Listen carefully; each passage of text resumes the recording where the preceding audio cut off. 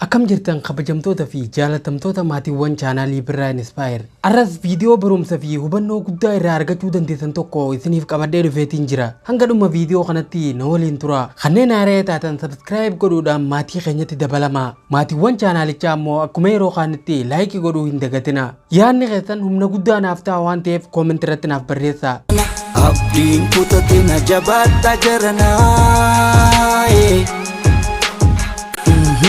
Rakkoo sitti dhuftu dura dhaabbadhu malee hin deessin. Jireenya kun gaara guyyaa hundaa itti ol baanudha. Jireenya keessatti gaara tokko goo baanee gammanne gaara biraatu nu dura dhufa. Kanas gaafa baanee kaantu dhufa. Dararaa hin dhumneetu nu mudata. Dararamiinsi kun garuu waan gaariidha. Humnaa fi dandeettiin keenya inni sirrii kan bahuu danda'u qormaata isa sirrii gaafa qoramneedha. Namni hedduun guddina gaara fuuldura isaa jiru san malee dandeettii rabbiin keessa isatti uume guddaa kana hin argu. Yeroo gaarri dhufee fuula isaa dura dhaabbate karaa ittiin ol ba'u barbaaduu dhiisatii hiraaruu filata. Sababni isaa hiraaruun salphaadha waan ta'eef. Akkanan ta'e akkasin ta'e jee booyuu namni hundi ni beeka. Daandii fiixa gaaraa gubbatti nama ol baasu immoo argachuun salphaa miti. Kuni hojii namoota goota ta'an muraasaati. Hurkaa imimmaanii fi dhiiga buusuu nama gaafata. Namoonni hedduun ammoo kana godhuun barbaadan. Humna ofiitii fi dandeettii rabbitti amanan. Wanni hundi siruma irratti akka dhuftuuf barbaadan. Jireenyi ammoo waan siif kennitu siree irratti osoo hin taane gaara gubbarratti. Addunyaan tun sadarkaa amma irra jirtu kanarraa akka geessu kan godhe rakkina. Osoo rakkinni jiraachuu baate ilmi namaa hanga har'aan tanaa silaa holqa keessa jiraata ture. Ifa konkolaataa ooyiruu xayyaara intarneeta bilbila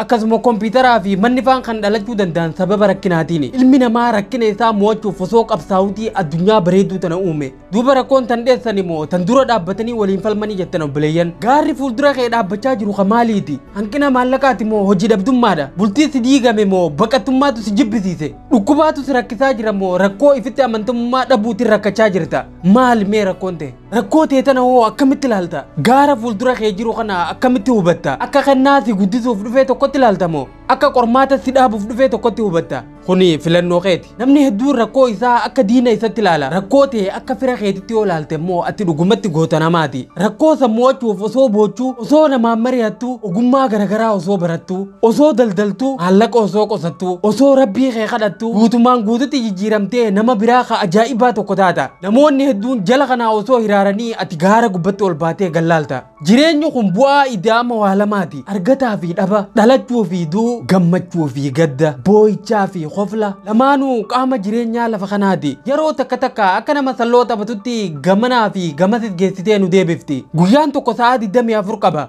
Sa'a 12 ifaa fi sa'a 12 immoo dukkana. Lakkii ani dukkanan barbaadu halkanaanurraa hafu yoo jenne guyyaan keenya irruudhata. Waggaan tokkos bonaa fi ganna qaba. Lakkii ani qabbanaa fi rooba waan hin jaalanneef ganni aanarraa hafu yoo jette waggaan kee irruudhata. Kanaafuu jireenya kana rakkina malee gammachuu qofaan hin dabarsa jechuun jireenya keenya irruu nurraa godha jechuudha. Rabbiinuu yeroo tokko tokko rakkoo waan nutti fiduuf jireenya keenya guutuu nu godhuuf beeke. Halkan erga dabree booda halkan biraa itti aaneen dhufu bar. Halkan lamaan jidduu guyyaatu jira. Rakkoo boodas gammachuutu dhufaati ati numa obsi. Obboleessoo urjiin takka hanguma dukkanti ishiin keessa jirtu hammaachaa deemtu ishiin ammoo ifa ishii dabalaa deemti. Jireenya keetis yeroo takka takka wanni akkanatti dukkanaa deemuuf ifa ajaa'ibaa siif ibsuuf deemaa gammadi. Obboleettii xiyyaa biyya ormaa adda addatti maatii fi hiriyoota keetiin addaan baatee ofii fi maatii kee jijjiiruuf rakkoo adda addaa dabarsaa jirta ta'a. Garuu kirriin gitaaraa yoo laaffatte gitaarri sagalee bareedduu baasuu hin danda'u beek. Gitaarri sagalee bareedduu gurra namatti toltu baasuudhaaf kirriin isaa harkifamtee sirriitti jabaachuu barbaachisa. Atis jireenya kun wanni akkanatti sitti jabaachaa jiruuf eenyummaa kee bareedaa san baasee mul'isuu fi quba qabaadhu. Gaafa mataa kee jijjiiruudhaaf lafaa kaatu wanni hedduun gubeessi agaalabuu danda'a.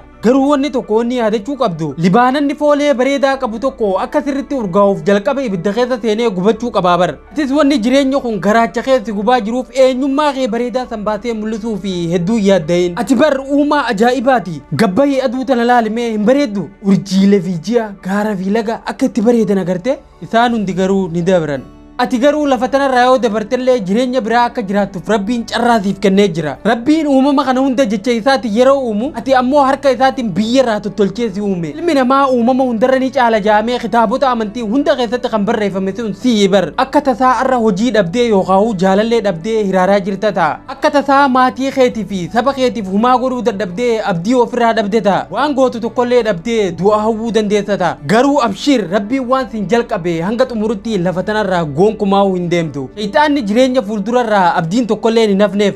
garuu abdii hin muratu. Ilmi namaa abdii dila kana osoo qabu akkamitti abdii muratta? Ampooliin shiboon keessa jirtu yoo citte hin iftu qaruuraa taati. Shiboon ifaa ilma namaa ammoo abdiidha. Namni abdii sirraa qabu yoo sirraa murate ati gonkumaa abdii muratin. Rabbiin si uume abdii sirraa murreeti. Dhagaa xiqqaa tokko fuutee yoo gaararratti ol darbite gaarri uumaan ta'u dhagaan konkolaatee miila gaaraa jalatti gabbu'a. Dhaguma san fuutee garuu yoo daawwititti darbite daawwitiin ni cabdi. Mee dhagaa san rakkinatti haalaalluti. Yoo dhagaan sun sitti darbatame akka daawwititti hin cabiniif akka gaaraa sanitti miila kee jalatti oolchi malee. Muka kibriitaa tokko qabsiiftee yoo benziila irratti darbite benziilli guutuun ni qabata. Mukuma san yoo bishaan irratti darbite immoo ni dhaama. Jireenya kee keessatti wanni gubee si balleessuu barbaadu tokko yoo si mudate akka benziilaan tahiniif akka bishaanii sanitti dhaamsuu danda'i malee. Cabbii yookaan baradoo yoo adurra keessa ni bayti. Simintoo bukeeffamte garuu yoo adurra keessa ni jabaatti. Agartee baradoo jabduu san aduun bishaan goote yaaftee fitte. Simintoo bishaan san ammoo aduun jabeessitee dhagaa goote. Rakkoon akka ifaa fi oowwa aduutti ulfaattullee yoo si mudatte akka cabbii sanitti hin baqiniif akka simintoo sanitti jabaadhu. Obboleettii xiyyeetan jireenya mo'achuuf biyya ormatti baqattee biyya garaagaraa keessa jiraattu. Jireenyi sitti hammaatee dubartii taatee uumamuun kee si jibbisiisee beeka ta'a. Garuu lafa tana irratti dubartiin mallattoo ciminaa fi gootummaati bar. Rabbiin jalqaba gaafa ilma namaa uume Aadam nama guutuu ta'ee akka mul'atuuf cinaacha isarraa si uume fi beeke. Hanga har'aa dhiirti jabaan dubartii cimtuu tokkoof duuba hin qabne lafa tana irratti mul'atee hin beeku. Kanaafuu obboleettii xiyyaa uumaa kabajamtuudhaati. Atummaan abdii hin kutatin malee haalli amma keessa jirtu kun yeroo gabaabdutti akka jijjiiramu gonkumaa hin shakkin. Egaa kabajamtoota fi jaalatamtoota maatiiwwan chaanaalii Birraa Inspire arraaf asumarratti addaan baana. Yeroo teessan qaalii aarsaa gootanii hanga dhumatti waan na waliin turtaniif hedduu takka ulfaadha. Viidiyoon kun nama hedduu bira akka ga'uuf laayikii godhuu hin dagatina. Viidiyoo haaraa fi yaada haaraa hanga walitti deebinutti nagayatti naaf tura isinin jaaladha.